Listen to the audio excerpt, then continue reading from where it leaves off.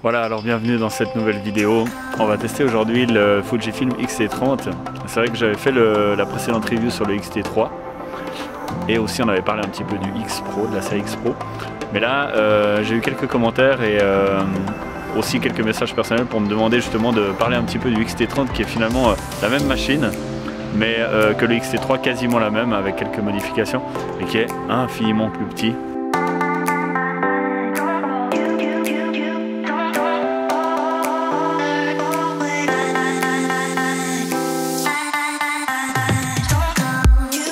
Je profite de remercier les magasins Photovision qui sont mon partenaire et qui me mettent à disposition ce boîtier et ces boîtiers en général. Et je les remercie infiniment pour cette collaboration qui est vraiment super intéressante. Alors aujourd'hui ça va être un peu spécial parce que j'ai le boîtier comme ça un peu à main nue avec un objectif bien sûr qui est assez cool d'ailleurs. C'est un Fujinon 10-18 qui a une ouverture constante de f4 et franchement je suis en train de tomber amoureux de cette optique, c'est assez excellent. J'ai profité qu'on avait beaucoup de lumière.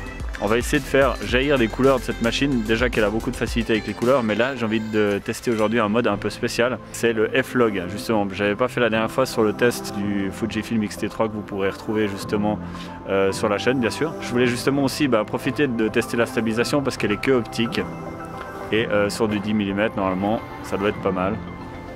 Du coup on va pouvoir aussi comparer la différence entre les fichiers F-Log et standard parce qu'en fait j'avais envie de justement comparer un petit peu ça. C'est pour ça que je ne vais pas parler énormément de technique de la machine, mais je vais surtout faire des images. Il fait beau, je voulais profiter un petit peu de faire ça. Je me réjouis de voir aussi justement les couleurs, l'exposition sur la peau.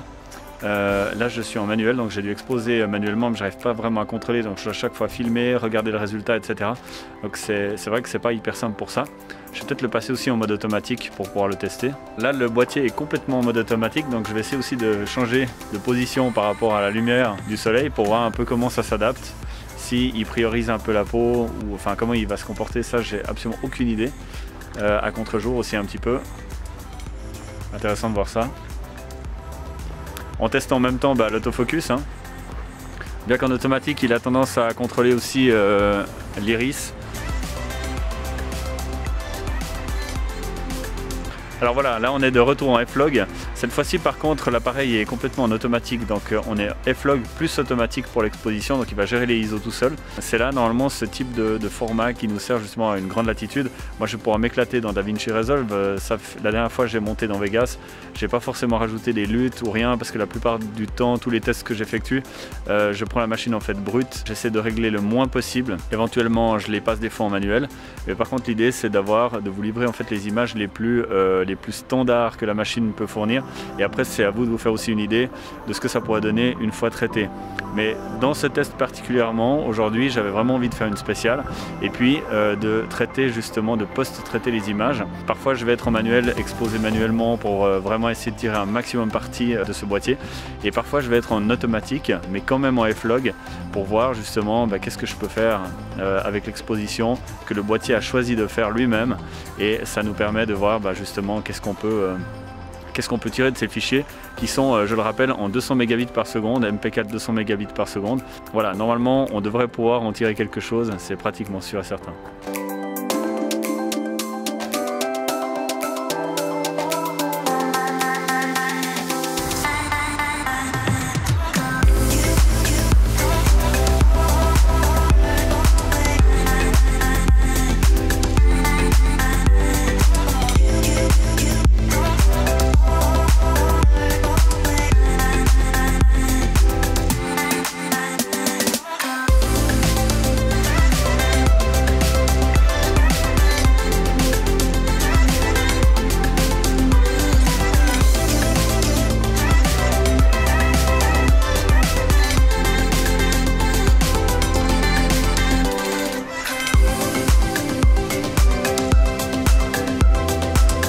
Donc voilà un petit peu comment ça se présente dessus.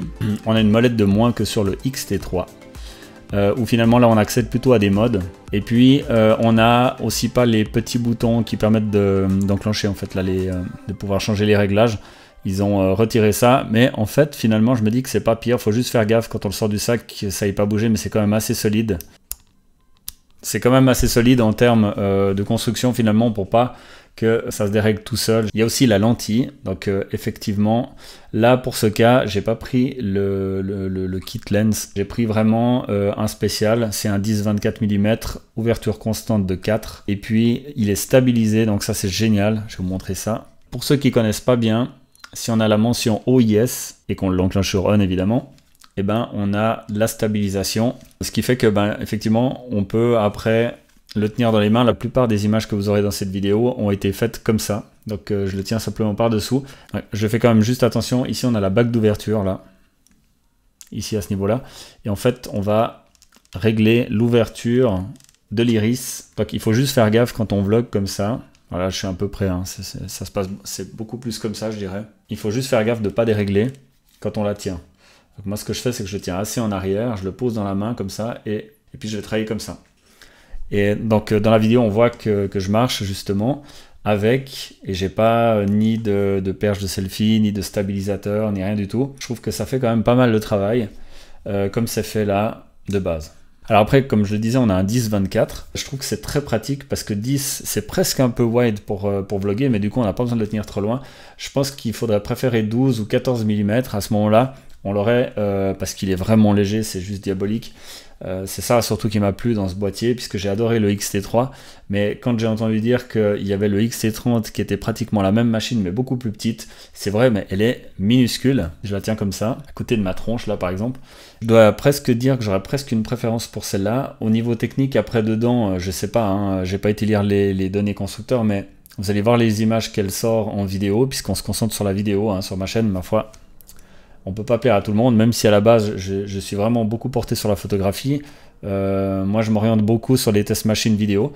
Et là vous allez vous faire une petite idée de la stabilisation, car toutes les images, j'avais pas de trépied, j'avais pas de stabilisateur avec moi, j'avais même pas de micro. Donc le son que vous entendez justement dans la vidéo à l'extérieur, c'est que le son pris brut du boîtier par ces tout petits micros qui sont juste à la base de l'objectif. Je dirais que c'est ça. Ce qui est intéressant, c'est qu'ils sont vachement orientés face avant, donc c'est vraiment une machine qui va bien pour vlogger. Et juste le petit truc, encore une fois, comme d'habitude, on a le screen à l'arrière.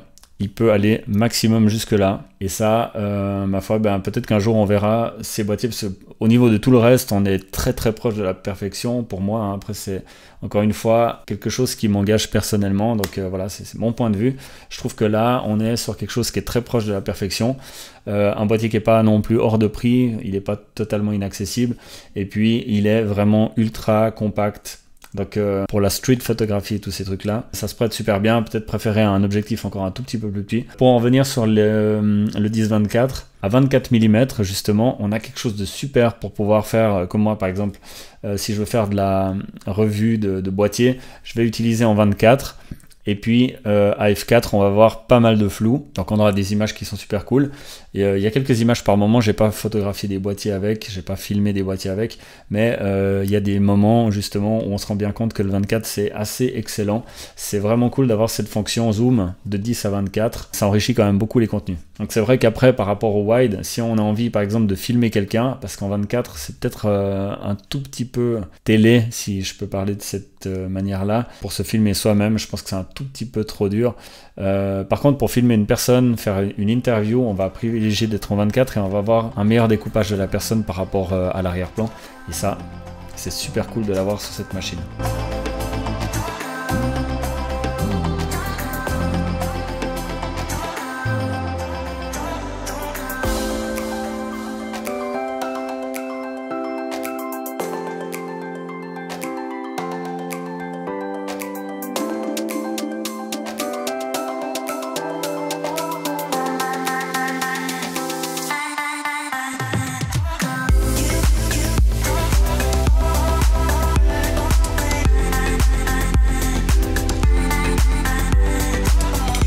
Après, on a encore un petit bouton qui est pour le contrôle justement de l'iris. On va l'avoir en automatique ou en manuel. Et à ce moment-là, comme j'ai dit tout à l'heure, c'est la petite bague qui est là. On va parler dans toutes les fonctions. Il y en a plein. Il y a des quantités de vidéos incroyables sur les boîtiers qui vont vachement détailler dans les menus. Donc le menu, c'est pratiquement, je pense à quelques détails près, le même que sur le X-T3. Donc j'ai montré 2-3 trucs dans la vidéo qui est sur la chaîne, sur le X-T3. Après, à savoir, on se répète un petit peu, mais les batteries, c'est les mêmes pour tous les boîtiers. Donc ça c'est génial. Les montures c'est les mêmes, donc on met les objectifs, ils sont compatibles sur tous les boîtiers. On retrouve ces deux petites molettes de réglage ici, accessibles rapidement là derrière et devant. Ça j'aime beaucoup perso, très accessible. Petite mention très bien pour la proéminence ici, extrêmement bienvenue, qui va permettre, avec celle qui se trouve de l'autre côté, d'avoir une parfaitement bonne tenue en main. Comme le boîtier est petit, donc il faut faire gaffe justement, si on a un objectif qui est assez lourd, on pourrait basculer assez vite comme ça, et puis l'appareil pourrait nous échapper, ce qui est absolument pas le cas ici, puisqu'on vient verrouiller en fait juste derrière, on a l'appui avec le pouce là comme ça, et là franchement on verrouille parfaitement bien la tenue en main. Donc sur un petit boîtier justement, on n'a pas juste un grip qui est aussi incroyable que sur des boîtiers plus gros comme le XT3, mais par contre c'est vraiment bienvenu en termes d'ergonomie. Ça vient pas déformer le paysage comme je dis des fois, c'est vraiment très bienvenu pour pouvoir justement se sentir beaucoup plus en confiance par rapport à la prise en main. Voilà, très important. Moi perso j'adore effectivement aussi au niveau de l'écran d'avoir cette possibilité de se mettre dans cette configuration là. Quand on filme l'extérieur, quand on filme des paysages, quand on fait de la photo, on va justement pouvoir être dans l'axe de la photo, mais quand même surplomber un peu l'appareil et puis avoir une bonne incidence par rapport à l'écran. Donc ça, pour moi, c'est ce que je préfère, mis à part le fait qu'on peut pas le retourner complètement. Et effectivement, j'essaie de faire autrement, hein. Si on a un bon autofocus, comme c'est le cas ici, vous vous en rendrez compte, on peut faire beaucoup plus confiance, c'est-à-dire surtout avec un 10 mm, parce que il y a assez peu de chances qu'on soit pas dans le cadre, donc on n'a pas trop besoin de contrôler. On sent quand même vite ce besoin de pouvoir checker de temps en temps la luminosité qu'on a sur le visage, etc. Il faut toujours faire des essais justement en plusieurs fois. On fait un petit test de cadre, d'exposition, on regarde, on met sur play, on défile, et puis ensuite on peut faire la prise définitive. C'est toujours un peu vraiment, on sent toujours ce manque de pas avoir cet écran de contrôle, voilà. Surtout pour une machine qui se positionne assez bien pour les vlogueurs. Niveau vidéo, franchement, encore une fois, le but de celle-ci, c'est de voir un petit peu les performances en termes de paysage vidéo, hein, si on veut. Je suis resté un petit peu là-dessus, j'ai pas été dans le sportif ou quoi que ce soit. J'ai pas forcément l'opportunité de le faire ici, dans le contexte où je vis. On est vraiment dans le très haut du panier par rapport à ces petits appareils photo qui filment. Franchement, ils nous offrent cette opportunité de monter à au-dessus des 100 mégabits par seconde, y compris en Full HD, donc en 4K, on les dépasse très largement. Ici, moi, je suis réglé en fait constamment sur 200 mégabits par seconde en Full HD, donc c'est une opportunité assez incroyable de pouvoir monter effectivement dans le bitrate et puis d'avoir des fichiers qui sont exploitables justement surtout en F-Log, de pouvoir les recoloriser. Je vais mentionner chaque fois sur la vidéo justement, vous allez retrouver chaque fois la mention si on était en F-Log et que j'ai appliqué un LUT par-dessus. Sinon, ce sont les couleurs natives de l'appareil en standard, avec un réglage tout ce qu'il y a de plus standard. Et c'est là normalement où Fujifilm a beaucoup d'excellence. On peut leur faire confiance du fait que c'est aussi des constructeurs de films à la base. Ils ont une capacité à traiter la couleur normalement qui est assez fidèle. Faire attention aussi, justement, j'ai pas eu le son en fait dans cette vidéo à l'extérieur avec un micro externe parce que ici on a l'entrée mini, en fait c'est pas un mini jack, c'est un micro jack, ça doit être du 2.5 si je dis pas n'importe quoi. Donc évidemment tous les micros de base qui sont en 3.5 en mini jack, ça fonctionne pas, faut un adaptateur, donc voilà, c'était pas prévu, donc j'ai pas pu utiliser mon micro. Et c'est pour ça qu'on a le son du boîtier sur les prises de vue extérieures. J'ai pris en fait simplement un trépied de main, une poignée pour tenir en fait l'appareil par dessous. Donc on va voir si ça a une influence aussi.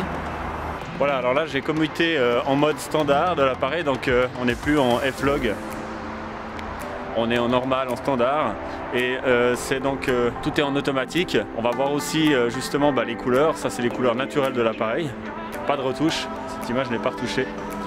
Et je vais vous montrer aussi un petit peu le paysage. Alors là, je pense que c'est l'endroit par excellence où on va pouvoir se rendre compte des couleurs.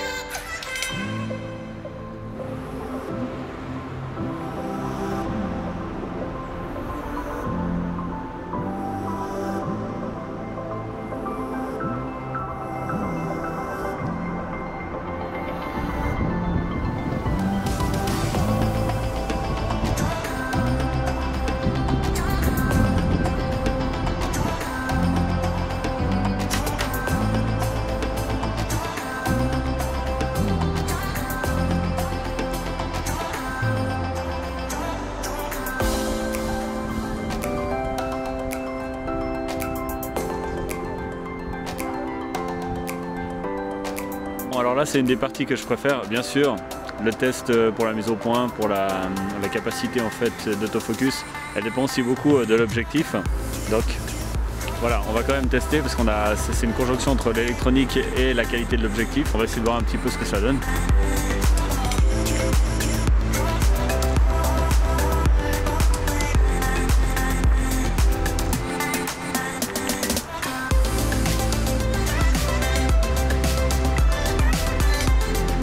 Une autre mention hyper bien, c'est la possibilité de charger l'appareil ici avec de l'USB-C. On prend n'importe quel chargeur de téléphone portable, on lui plante un USB-C, on vient le connecter là-dedans et l'appareil va se charger. On n'a pas besoin d'adaptateurs spéciaux.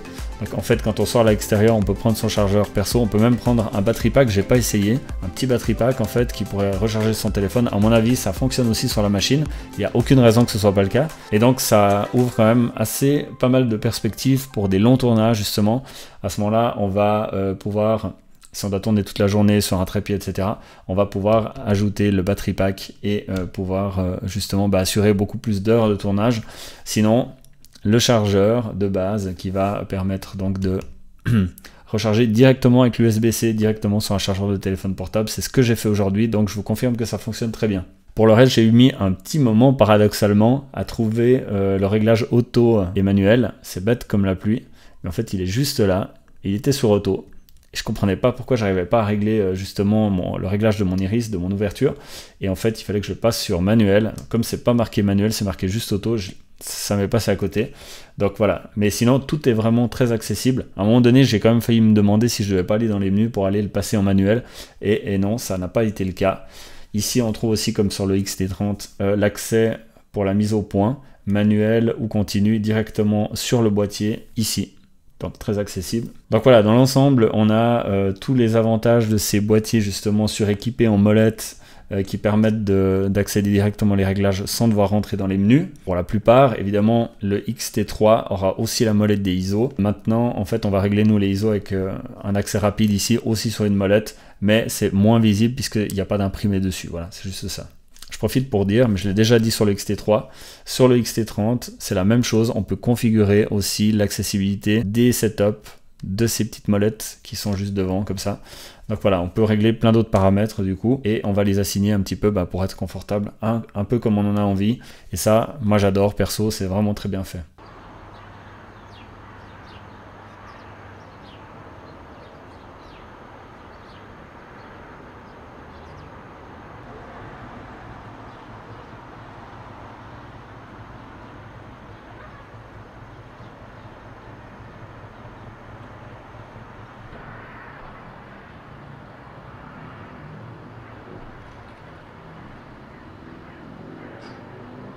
Petit cadeau, je le ferai pas à chaque fois, franchement, je me les pèle à mort. J'ai pris le Fuji avec moi et je vais aller sur un chantier pour aller filmer un petit peu ce qui se passe vers la voie ferrée. C'est pas mal à regarder et ça va nous permettre de voir un petit peu comme il gère dans la montée en ISO. Je trouvais que c'était une bonne opportunité de pouvoir le tester de cette manière. Donc là aussi, ça vous montre en pleine nuit comment il fait l'autofocus, puisqu'en fait on n'a que la lumière des réverbères et la stabilisation aussi. C'est intéressant de voir un petit peu son comportement en pleine nuit.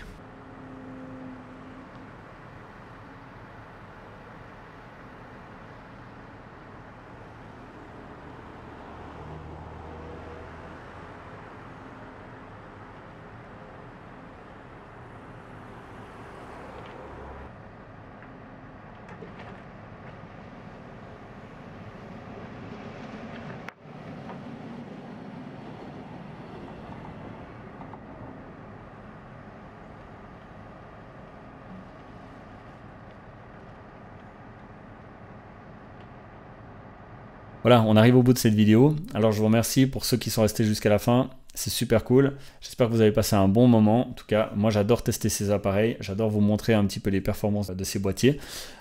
Mettez dans les commentaires si vous avez envie que je teste plus de choses ou différemment les choses, si vous avez envie que je fasse plus du portrait. Comme au début, je mettais des fois les fichiers RAW à disposition. N'hésitez pas à mettre dans les commentaires, je les lis tous, j'y réponds si possible. Voilà, je vous invite à le faire. Si vous avez aimé la vidéo, n'hésitez pas, ça m'aide beaucoup à mettre un petit pouce bleu, à la partager. Si vous connaissez des gens qui sont fans de Fujifilm et qui n'ont pas encore d'opinion sur ce boîtier-là.